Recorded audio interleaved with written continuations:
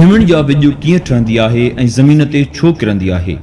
कुझु ॾींहं अॻु मूं आसमानी बिजलीअ या खिमण बाबति हिकु डॉक्यूमेंट्री ठाही हुई, जंहिंमें खिमण छा थींदी आहे ऐं ज़मीन ते कहिड़ी रीति किरंदी आहे बाबति आगाही ॾियण जी कोशिश कई हुई। उन वीडियो खां पोइ केतिरनि ई ॾिसंदड़नि मूंखे पर्सनल मैसेज बि कया ऐं कमेंट्स में बि खिमण पैदा थियण जे बुनियादी सबब जे हवाले सां वीडियो ठाहिण जी डिमांड कई। खिमण पैदा थियण जा कहिड़ा सबब आहिनि, अचो त इन बाबति ॼाणण जी कोशिश करियूं था। उमीद त ही वीडियो ॾिसण खां पोइ अव्हां जे ज़हन में पैदा थियल उहे सभु सवाल आसानीअ सां हल थी वेंदा। असीं खिमण थियण, रोशनी पैदा थियण, आवाज़ अचण ऐं खिमण जे नुक़सान खां बचण बाबति ॼाणण जी कोशिश करियूं था। खिमण थियण जो साइंसी पस मंज़र या नज़रियो स्टैटिक इलेक्ट्रिसिटी वारो आहे। असां बाल वहीअ में अहिड़ो तजुर्बो ज़रूरु कयो हूंदो, जंहिंमें हिकु फूकणे खे कपिड़े सां घसायो वेंदो आहे, जंहिंखां पोइ उन फूकणे में स्टैटिक इलेक्ट्रिसिटी चार्ज पैदा थी वेंदी आहे। उन फूकणे खे असां जॾहिं पननि जे नंढनि ज़रड़नि जे वेझो आणींदासीं त उहे पननि जूं ज़रड़ियूं फूकणे ॾांहुं छिकजण शुरू थींदियूं। उहे पननि जा ज़रड़ा फूकणे ॾांहुं छो था छिकजी अचनि, इन ई ॻाल्हि खे सम्झण लाइ ॿी बुनियादी ॻाल्हि खे साम्हूं रखबो। असां सभु इहो चङी रीति ॼाणूं था त हर शइ एटम सां ठहियल आहे। जॾहिं असीं फूकणे खे कपिड़े सां घसाईंदा आहियूं त फूकणे जे ॿाहिरें हिसे जा इलेक्ट्रॉन कपिड़े में अंदरि पइजी वेंदा आहिनि। उन ई करे ई असीं जॾहिं फूकणे खे पने जे ज़रड़नि जे वेझो आणींदा आहियूं त उहे बि फूकणे ॾांहुं कशिश कंदा आहिनि।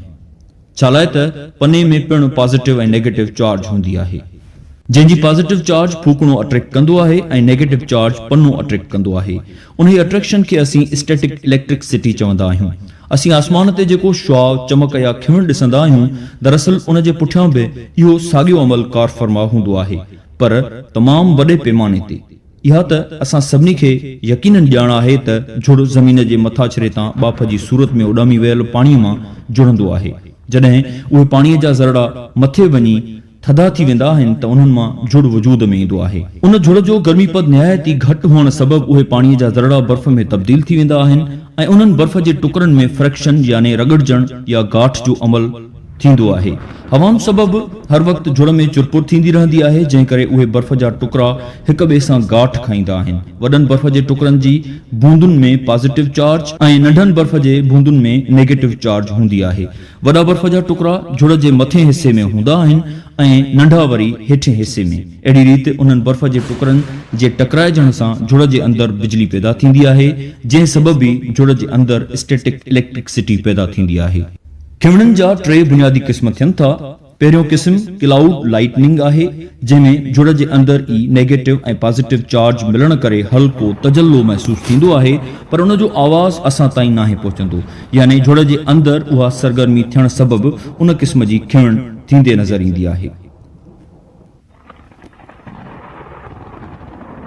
ॿियो क़िस्म आहे क्लाउड टू क्लाउड लाइटनिंग। वॾा झुड़ अक्सर मथाहिनि ते हूंदा आहिनि ऐं नंढा झुड़ अक्सर हेठां हिसे में हूंदा आहिनि।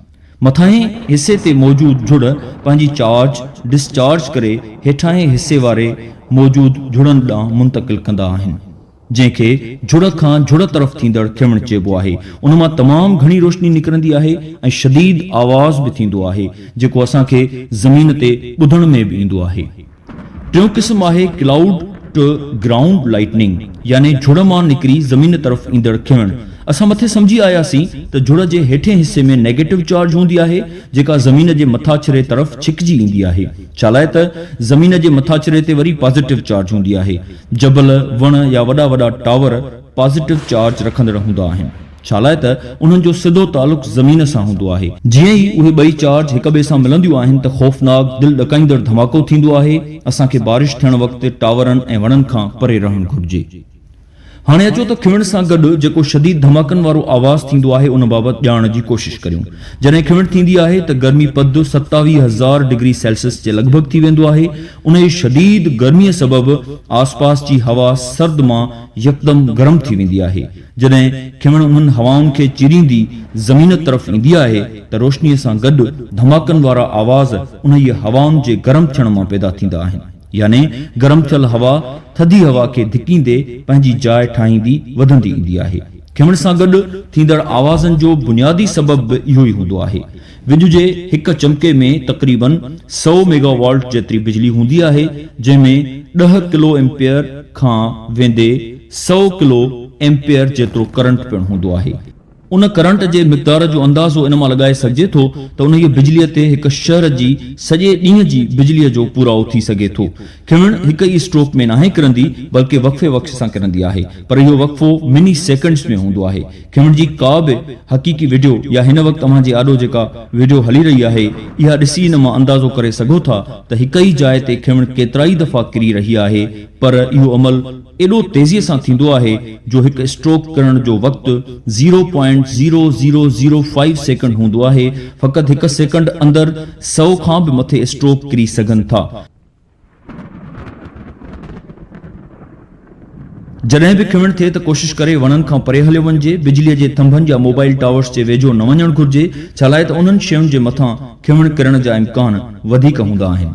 उम्मीद करियूं था तव्हां हिन डॉक्यूमेंट्री जे ज़रिए इहो ॼाणे चुका हूंदा त खिमण या विॼ कीअं ठहंदी आहे ऐं ज़मीन ते छो किरंदी आहे ऐं असांखे विॼ जे ख़तरनाक असरात खां बचण लाइ कहिड़ा एहतियाती उपाउ वठणु खपनि।